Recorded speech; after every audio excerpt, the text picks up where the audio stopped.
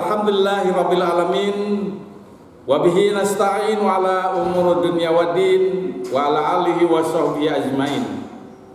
Subhanaka la ilma lana illa ma 'allamtana innaka antal alimul hakim. Qala rabbi shrah li sadri wa yassir li amri wahlul 'uqdatam min lisani yafqahu qawli amma ba'du.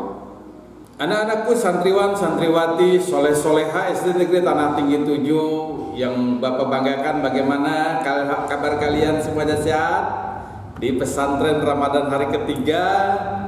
Kembali lagi dengan Bapak Elaswan Salamsa memberikan materi masih dalam materi fikih, yaitu pada saat sekarang atau hari ketiga ini Bapak akan memberikan materi tentang bagaimana cara berwudu yang benar.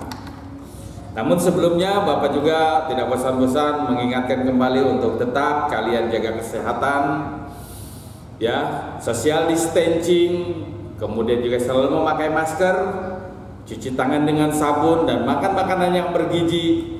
Dan terus kalian jaga kesehatan untuk senantiasa di Ramadan ini menjadi anak yang soleh dan soleha, mengerjakan puasa Ramadan sampai tuntas 30 hari, sehingga mudah-mudahan Bapak doakan kalian menjadi anak yang soleh dan soleha dan keluar sebagai finalis Ramadan di tahun ini. Amin ya Allah ya Rabbal alamin. Anak-anakku santriwan santriwati SD Negeri Tanah Tinggi 7 yang dirahmati Allah Subhanahu wa taala, melalui pesantren Ramadan online, jadikan gadgetmu adalah surgamu. Jadikan handphonemu, HP-mu adalah jalan menuju surga Allah Subhanahu wa taala. Stop dulu main gamenya, stop dulu bermain-mainnya, dan mari kita sama-sama fokus kepada pelajaran atau ke kegiatan pesantren Ramadan. Anak-anakku yang dirahmati Allah, baik, untuk materi selanjutnya fikih yang Bapak akan sampaikan adalah berwudu. Tentu kita harus suci dari hadas, ya, karena hadas itu ada dua, ada hadas kecil, ada hadas besar. Kalau hadas besar itu cara mensucikannya adalah dengan cara mandi junub, ya. Dan pada kesempatan ini Bapak akan menerangkan hadas kecil yang cara mensucikannya dengan berwudu. Nah, agar hadas kecil kita ini benar-benar bersih dengan wudu, maka kita harus tahu dulu cara dan aturan kaifiahnya di dalam berwudu. Anak-anak, mungkin Bapak mau tanya dulu nih, ya, ada berapa rukun wudu? Ayo, wah, pintar, luar biasa, ya. Rukun wudu ada 6, ya, bagus, tuh, ya. Nah, yang pertama adalah niat. Niat itu di mana, anak-anakku? Niat itu adanya pada saat membasuh muka, ya. Jadi ketika kita sudah di air, ya, air yang mengalir dan sebagainya, dan suci dan mensucikan air itu. Jadi air yang boleh untuk menghilangkan hadas kecil, air yang boleh untuk berwudu itu adalah air suci dan mensucikan. Nah, pertamanya adalah niat, ya, pada saat membasuh muka. Nah, adapun yang kita ucapkan nawaitu wudu'a, ya, li rabtil hadasil asghari fardalillahi ta'ala, atau nawaitu, saya niat yang menghilangkan li rabtil hadasil asghari fardalillahi ta'ala, itu ucapan mulut, itu lafaz, itu lafaz saja. Nah, adapun niat yang sesungguhnya adalah niat di dalam hati, ya. Ketika apa? Ketika membasuh muka. Nah, Bapak contohkan nih, setelah kita langsung kita basuh tangan kita, jemari tangan kita aliri air, jangan sampai ada anggota wudhu nanti yang tidak terkena air. Wah, itu akan menghalangi jatuhnya air ke anggota wudhu yang menyebabkan wudhu kita tidak sah. Nah, setelah kita yakinkan apa bahasanya ya, kucek-kucek tangan begitu ya, basuh tangan berapa semuanya ya. Nah, kemudian biasanya kita kumur-kumur ya. Nah, kumur-kumur 3 kali itu apa? Udah masuk belum pada rukun wudu? Belum ya. Itu belum masuk pada rukun wudu. Nah, setelah kita kumur-kumur biasanya kita memasukkan air ke dalam hidung ya. Itu pun belum masuk ke dalam rukun wudu. Nah, ketika rukun wudu itu masuknya itu niat ya. Niatnya apa? Nah, tadi ya secara lafaz nawaitu wudu'a lirafil hadasil asgari fardhu lillahi ta'ala. Nah, ketika kita membasuh air ini ke muka ya. Nah, hati itu ngomong ya. Hati itu bicara. Apa yang dibicarakan hati adalah niat yang tadi lafaznya kita baca pada saat kita sedang mencuci tangan. Nawaitu wudu'a lil rafil hadasil asghar fardhu ta'ala. Jadi ketika air jatuh ke wajah, jatuh ke muka, nah hati kita ngomong, sengaja aku niat wudu untuk menghilangkan hadas kecil, wajib karena Allah Ta'ala. Masuk rukun yang pertama, niat. Nah, rukun yang kedua adalah membasuh muka. Nah, berbarengan dengan niat tadi, berbarengan dengan jatuhnya air di wajah, jatuhnya air di muka, kemudian hati kita niat, yaitu sengaja niat berwudu untuk menghilangkan hadas kecil, masuk juga rukun yang kedua, yaitu membasuh muka ya, membasuh muka ya, wajah, semuanya wajah. Yang disebut wajah itu adalah semua nih, bagian muka yang tidak ditumbuhi oleh bulu semua diratakan sebanyak 3 kali basuhan. Nah, rukun wudhu yang ketiga adalah membasuh kedua tangan sampai siku. Nah, ini di tangan yang kanan dulu ya. Nah, caranya ambil air, kita ulurkan sampai siku ya. Kemudian kita balik, kita bantu ya. Kedua, yang kanan dulu 3 kali yang kanan, kita ambil lagi, baru yang kiri. Yang kiri sampai siku, ini siku nih ya, atau sikut ya, sampai sini. Jadi jangan cuma sampai sini, jangan sampai sini ya. Nah, kebanyakan nih ada nih anak-anak kalian nih yang pakai baju muslim kemudian ketat, tidak bisa nih lengan bajunya, kemudian membasuh tangannya cuma sampai sini, tidak sampai siku. Nah, tidak sempurna itu anggota wudunya ya. Nggak boleh, jadi nanti tidak sah. Jadi harus sampai siku 3 kali. Nah, kemudian yang keempat, membasuh sebagian kepala. Nah, ini kepala nih ya. Kita basuh sebagian kepala. Mana kepala itu? Kepala itu adalah bagian yang ditumbuhi rambut. Awas ya. Boleh nggak nih Bapak nyontoh ini, dibuka nih ya pecinya? Ya nggak usah lah, nanti kamu kaget ngelihatnya ya. Karena rambut Bapak kan gondrong gitu. Ya. Oke, anak-anakku sekalian yang dirahmati Allah Subhanahu wa taala ya, setelah kita menyapu sebagian kepala. Boleh di sini, boleh di sini, boleh di sini, boleh di sini ya. Pokoknya sebagian kepala aja ya, tidak harus banyak dibasuhnya begitu. Nah, kemudian yang kelima, rukun wudhu itu adalah membasuh kedua kaki sampai mata kaki ya. Nah, ini kaki, maaf ya, Bapak tidak akan mencontohkannya nih ya.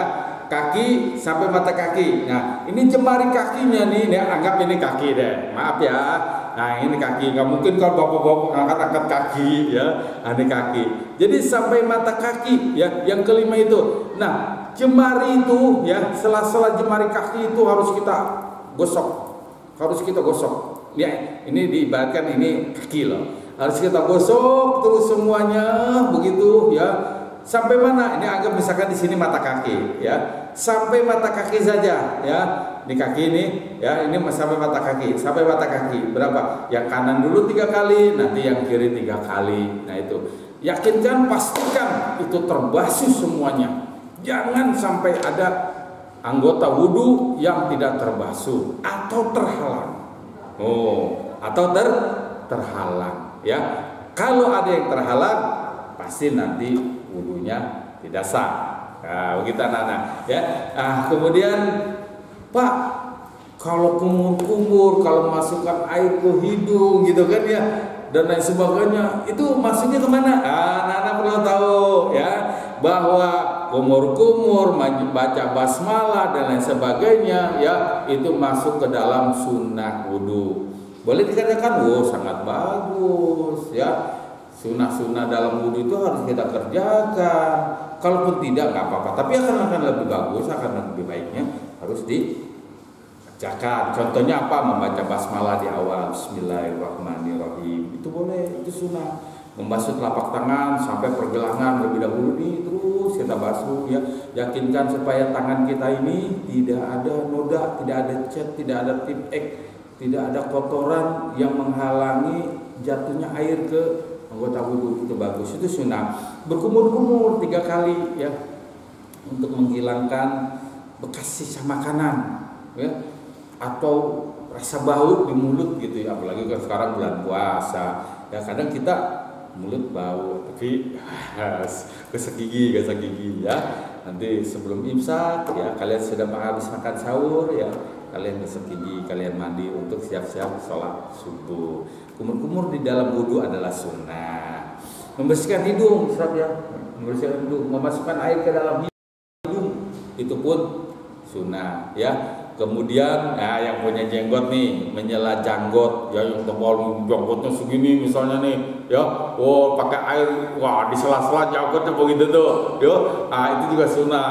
Bapak punya nggak janggot? Bapak punya janggot, bapak punya bewok juga bapak punya, tapi bapak cukur ya. Itu. Jadi kalau ada janggotnya panjang segini ya, itu sunnah juga tuh, dibersihin begitu janggotnya ya. Kemudian juga mendahulukan anggota badan yang kanan. Nah, ini tadi Bapak ya, kanan dulu 3 kali, baru kiri gitu. Itu sunnah. Pak, saya mau bolak-balik kanan kiri, kanan kiri, kanan kiri. Silakan, boleh. Tapi nggak dapat pesunahan. Yang sunnahnya adalah mendahulukan anggota badan atau anggota wudhu yang kanan, kemudian yang kiri. Itu sunnah.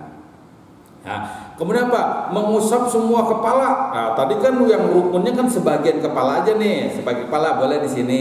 Tapi ini kadang-kadang Bapak suka lihat nih, kamu ngambil wudhunya, yang dibasuh bukannya kepala, ya jidat, kening. Nah, itu nggak sempurna wudhunya. Nanti kalau wudhunya nggak sempurna, ya batal dong wudhunya. Kalau wudhunya batal, berarti kita masih punya hadas kan kecil.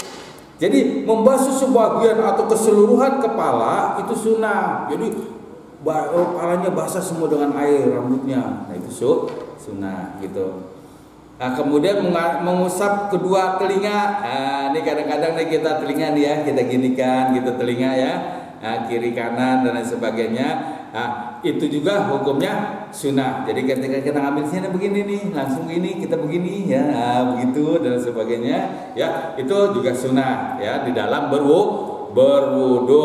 Mengusap jari tangan dan jari kaki ya, diusap jari tangan, jari kaki ketika wudu ya, sambil di sela-sela begitu tuh ya, dibersihkan ya, diyakinkan bahwa nanti air wudu masuk ya, meresap ke anggota wudhu. Itu juga sunnah. Kemudian ya 3 kalikan basuhan ya, 3 kali itu juga sunnah. Kalau lagi darurat air nih, susah air nih, cukup 1 kali aja bagaimana? Boleh ya, boleh ya.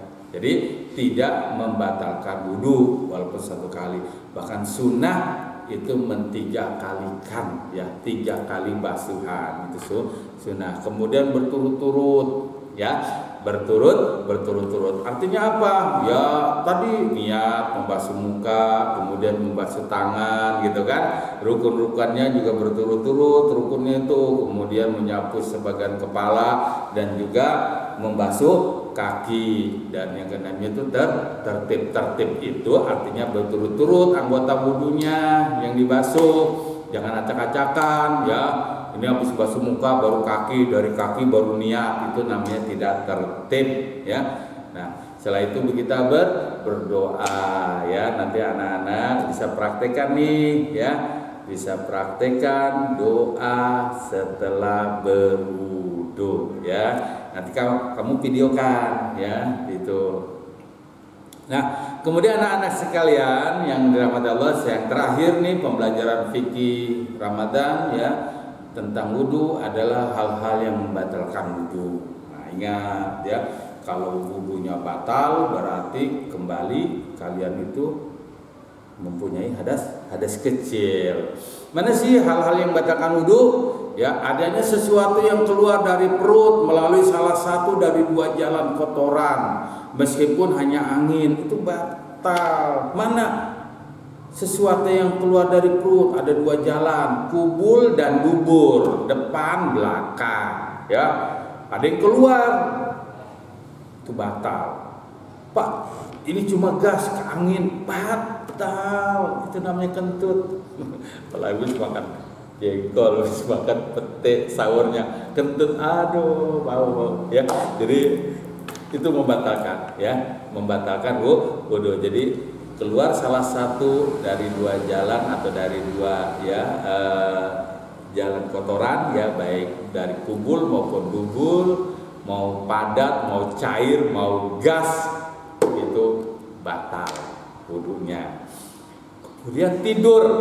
Nah, tidur atau tertidur yang tidak dengan duduk tetap itu batal. Nah, bagaimana kalau tidurnya duduknya tetap nih? Contoh nih, misalkan Bapak contohkan nih. Kamu misalkan setelah sholat maghrib ya dan sebagainya, iktikaf nih di masjid, di musola atau di rumah ya, menunggu datang sholat isya setelah buka puasa ya, saking ngantuknya kamu tidur. Misalkan tidurnya begini, duduknya tetap bersila. Nah, nih Bapak jauhkan nih, misalkan gitu nih, tuh duduk tetap ini bersila ya, dan kamu apa?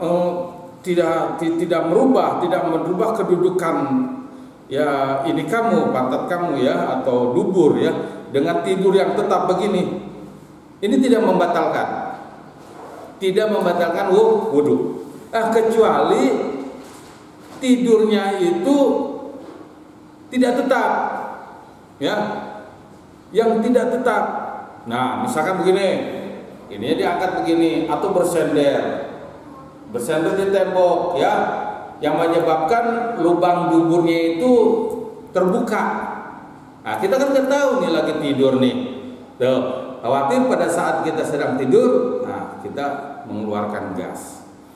Tapi kalau kita duduknya tetap ya begini, nah, itu tertutup dubur kita ya, karena dengan duduk yang tetap ya, tidak goyah begitu ya. Nah, jadi ingat sekali lagi ya, yang membatalkan wudu ya di antaranya ada tidur atau tertidur yang tidak dengan duduk tetap. Kalau yang duduknya tetap ya, sila, kemudian duburnya juga rapat dengan lantai, dengan bumi, maka itu tidak batal. Kemudian yang membatalkan wudu diantaranya juga hilang akal. Nah, hilang akal itu ada sebabnya loh. Ada sebab gila, ada karena pingsan. Ini hilang akal nih, artinya tidak sadarkan diri, ya. Karena mabuk, ya hilang akal itu, ya itu membatalkan wudu, ya. Tiba-tiba habis wudu gila gitu ya, stres ya, karena di rumah aja gitu kan dan lain sebagainya. Nah, akhirnya pingsan. Kita punya wudu atau mabuk ya. Mabuk itu ya jangan sih jauh-jauhin sampai mabuk minuman keras, mabuk karena mual ya sehingga mengakibatkan kita pingsan gitu. Itu batal wudunya. Kemudian menyentuh kemaluan dengan telapak tangan. Nah ini nih ya, maaf sekali lagi, menyentuh kemaluan. Jadi ketika kita sudah berwudu ya sudahlah, kita nggak usah tangan ini nggak usah iseng-iseng dan semuanya. Gatel nanti aja di garuknya, ya nanti aja di garuknya. Ya nanti kalau sudah sholat, kalau sudah ngaji, ya tadarus. Sebab tadarus harus punya wudu, harus suci dari hadas kecil, apalagi dari hadas besar. Gitu ya. Jadi menyentuh kemaluan dengan telapak tangan ini, disebut dengan telapak tangan ini nih yang putih nih, ini telapak tangan. Kalau ini belakang tangan. Jadi kalau kita satukan begini, nah ini telapak tangan ini yang tertutup itu yang tidak kelihatan itu telapak tangan. Nah kalau kemaluan kita ini tersentuh dengan ini maka batal. Kalau dengan ini enggak, ya. Misalkan ini kemaluan nih alat vital, misalkan kesentuh dengan ini enggak. Tapi kalau begini ya kesentuh dengan telapak tangan, ya itu akan membatalkan. Ini disebut kalau kita ingin tahu telapak tangan kita ini, nah kita rapatkan kedua tangan kita kiri dan kanan. Nah yang tidak terlihat itu telapak tangan, ya. Nah ini telapak tangan. Tuh, paham ya anak-anakku? Kemudian bersentuhan kulit laki-laki dengan kulit perempuan yang bukan muhrimnya atau sebaliknya dengan tidak beralas. Tuh. Jadi pembahasannya nanti akan lebih banyak nih, mana wanita muhrim. Nah sekarang ringannya aja, ibu bapak kita.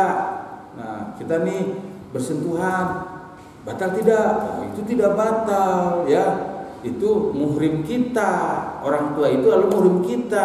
Nah gampangnya yang bukan muhrim itu, ya itu wanita atau laki-laki yang bisa dinikahi. Nah nanti ada penjabarannya banyak sekali ya anak-anakku. Nah tapi ini sebatas ya anak-anak untuk mengetahui ya bahwa salah satu yang membatalkan wudu juga adalah bersentuh kulit laki-laki dan kulit perempuan yang bukan muhrim. Nah dengan teman sekelas nih yang tidak ada kaitan hubungan saudara perkawinan ya, kemudian ketemu udah punya wudu, kemudian udah akhir balik ya.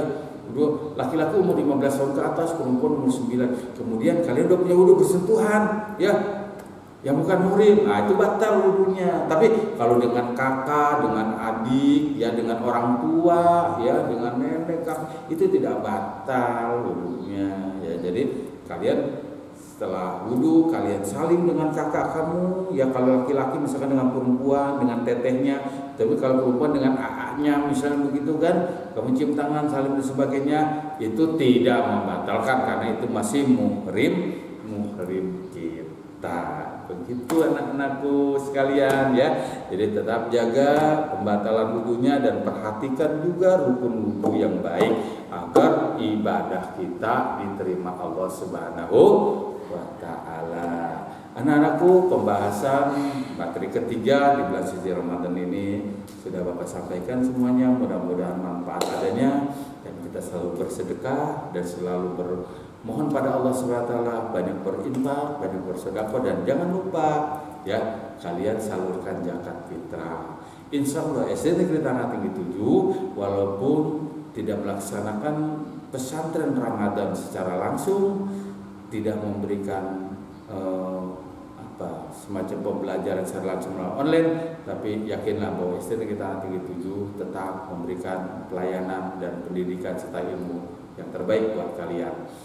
Dan insya Allah ya kalian bisa menyalurkan zakat fitrah ke sekolah, tapi tetap dengan tidak berkumpul, ya tetap social distancingnya harus kita jaga agar wabah COVID-19 segera sirna dari muka bumi dan kita kembali sehat, bisa bertemu kembali, kita bisa belajar kembali, kita bertemu lagi di dalam kelas dan keadaan sehat jauh dari segala bencana. Terima kasih, saya Ella Suwansa Alamsah. Assalamualaikum warahmatullahi wabarakatuh.